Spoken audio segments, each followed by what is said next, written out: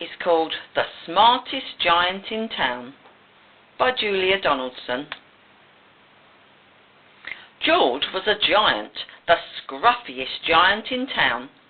He always wore the same pair of old brown sandals and the same old patched-up gown. "I wish I wasn't the scruffiest giant in town," he said sadly. But one day, George noticed a new shop. It was full of smart clothes. So he bought a smart shirt, a smart pair of trousers, a smart belt, a smart stripy tie, some smart socks with diamonds up the sides, and a pair of smart shiny shoes. "Now I'm the smartest giant in town," he said proudly. George left his old clothes behind in the shop. He was about to go home when he heard a sound.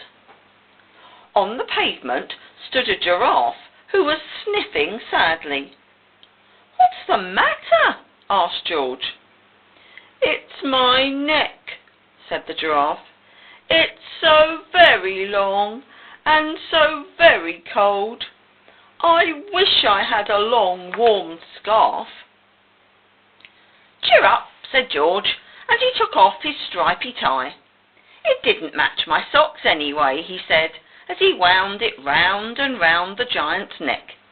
It made a wonderful scarf. "Thank you," said the giraffe. As George strode towards home, he sang to himself, "My tie is a scarf for a cold giraffe, but look me up and down, I'm the smartest giant in town." George came to a river. On a boat stood a goat who was bleating loudly. "What's the matter?" asked George. "It's my sail," said the goat. "It blew away in a storm. I wish I had a strong new sail for my boat." "Cheer up," said George, and he took off his new white shirt. "It kept coming untucked anyway," he said, as he tied it to the mast of the goat's boat. It made a magnificent sail. "Thank you," said the goat. George strode on, singing to himself, "My tie is a scarf for a cold giraffe, my shirt's on a boat as a sail for a goat. But look me up and down, I'm the smartest giant in town."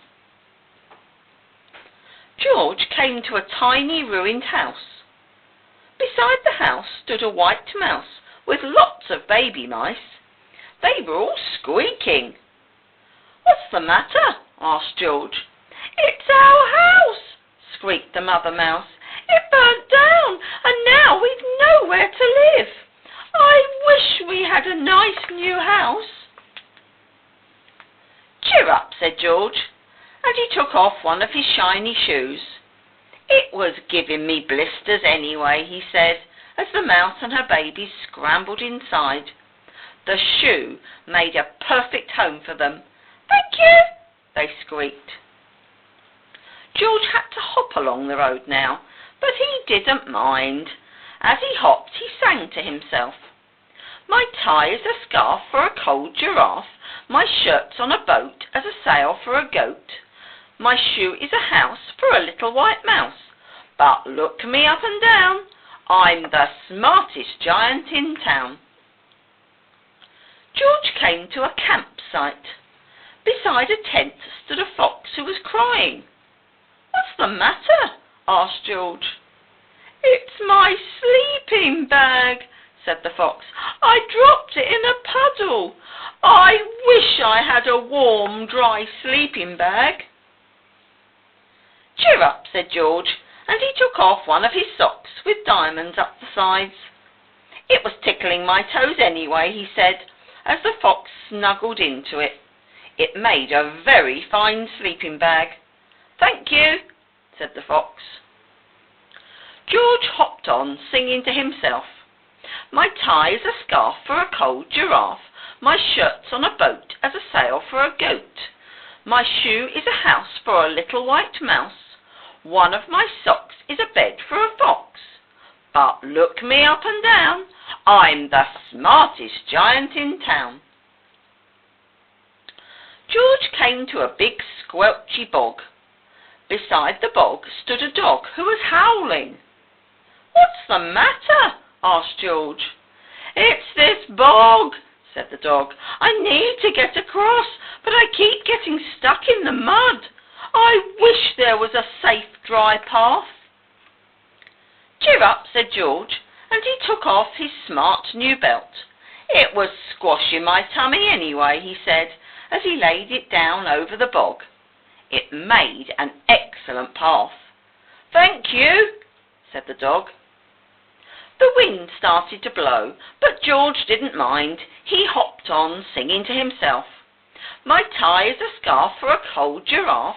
My shirt's on a boat as a sail for a goat. My shoe is a house for a little white mouse. One of my socks is a bed for a fox. My belt helped a dog who was crossing a bog.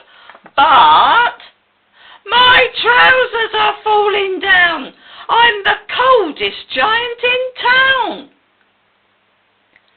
Suddenly George felt sad and shivery and not at all smart. He stood on one foot and thought. "I'll have to go back to the shop and buy some more clothes," he decided. He turned around and hopped all the way back to the shop. But when he got there, it was closed. "Oh no!" cried George. He sank down onto the doorstep, and a tear ran down his nose. He felt as sad as all the animals he had met on his way home.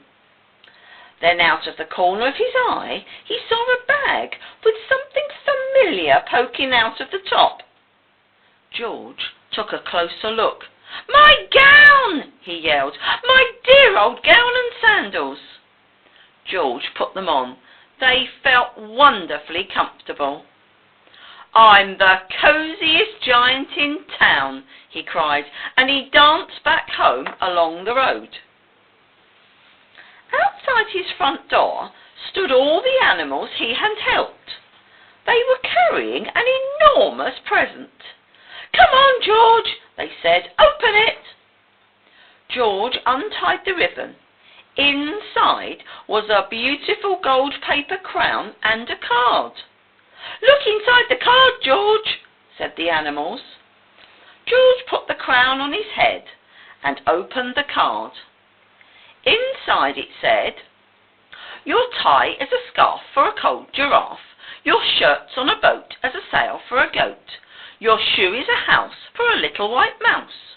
One of your socks is a bed for a fox. Your belt helped a dog who was crossing a bog. So here is a very fine crown to go with the sandals and gown of the kindest giant in town."